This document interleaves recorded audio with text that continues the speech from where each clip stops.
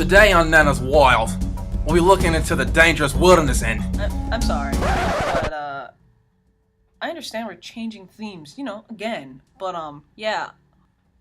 Who is this guy? I'm Blair Grills. Blair Grills. Trekker, trapper, ex-marine, and professional survivalist. At your service. Uh-huh.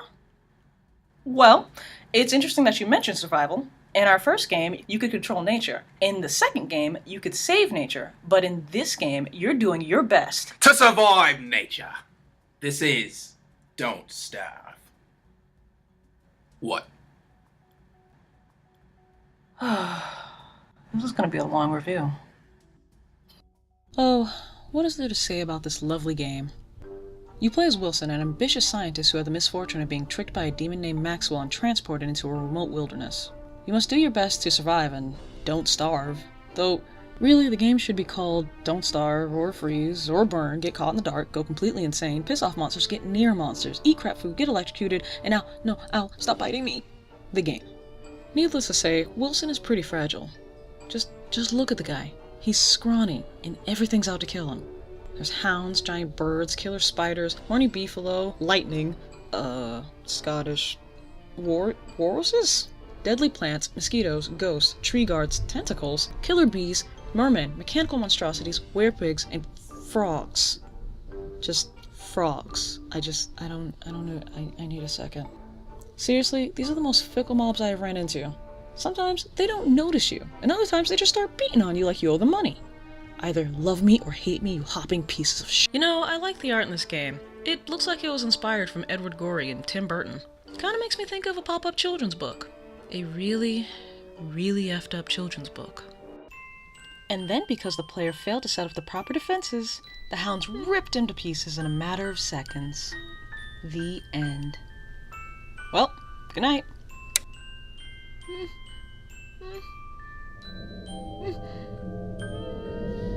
Don't Starve is a pretty interesting game from the very beginning, and that's because the game just starts. No introduction, no instruction. Maxwell the villain just looks over your unconscious body and says, "Hey pal, you better get some food in you before it gets dark," and leaves.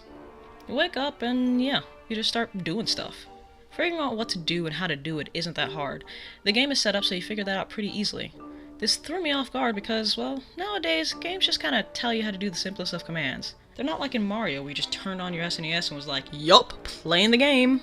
Often there's a tutorial to review, but Don't Starve was like, nah, F that, just have fun. That's refreshing, Clay, and pretty cool. I had a lot of fun discovering items and using the crafting system in this game to make campfires. Yeah, fire. Tools for harvesting materials. And making animal traps. Are you okay? Like, do you need to take 5 or something? It's just so beautiful. So beautiful. Anyway, the more you learn about your materials and crafting abilities, the easier it becomes to keep from starving and, well, survive.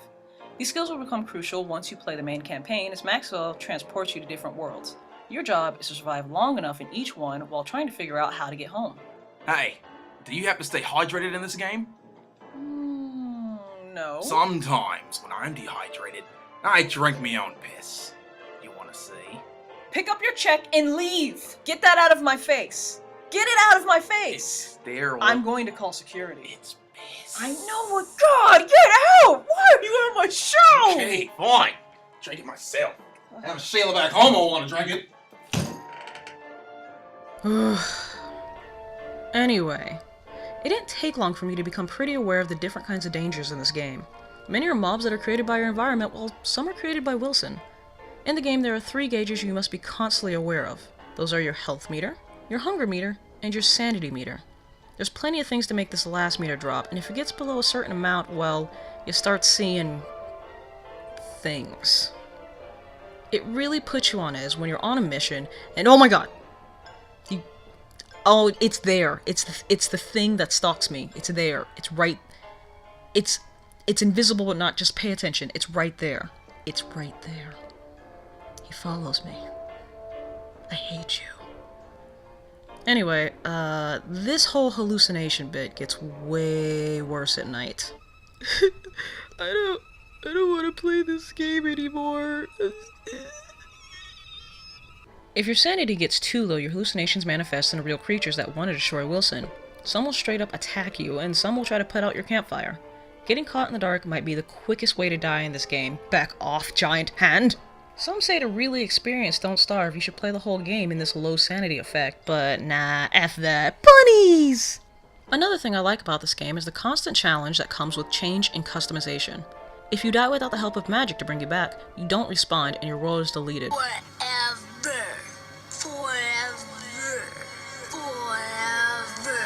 Once you make a new game, a completely new world is loaded and you have to start from scratch. When you die, the game tallies up your experience points, which is based off of how many days you duked it out. Experience points unlock characters you can choose from instead of Wilson. Each character has their own quirky advantage, but all can go hungry and insane just like Wilson. Get enough experience points and you may be able to play as our villain Maxwell. You also have the option to not play in adventure mode and just survive in a world of your own creation. You can customize mobs, the length of your days, even the amount of lightning strikes.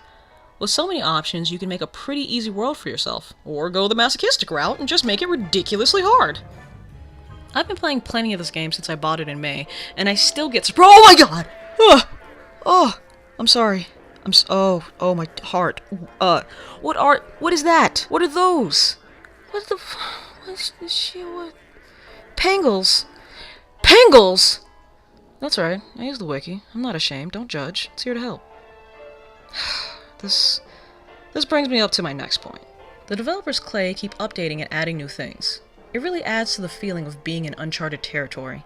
Just when I think I completely understand how everything works in this world, something like that gets to me. And I love it. One of the most noticeable updates is the cave feature, for if you want to try your luck at spelunking in the Underdark. Well, it's not really the Underdark, there's no drow, but there's plenty of crazy stuff, and I'm pretty excited to explore it.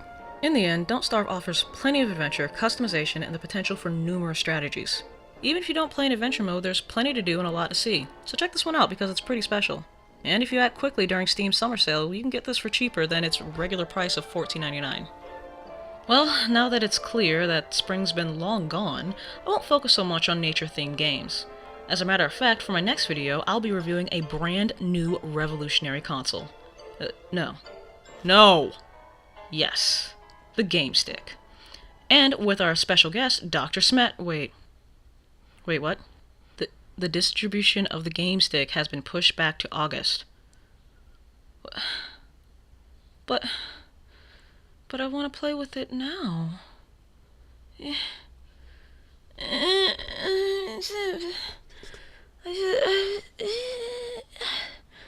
want to ask a Game Stick and Dr. Smash.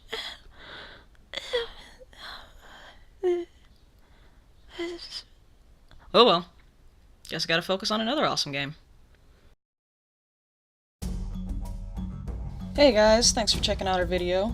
I made this one a little bit longer since there was a delay in production, for all of you who are actually patient out there, all three of you watching this. Please, like, subscribe, check us out on Facebook, and share this video if you want.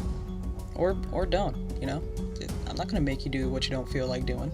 I'm not your mom, or your proctologist.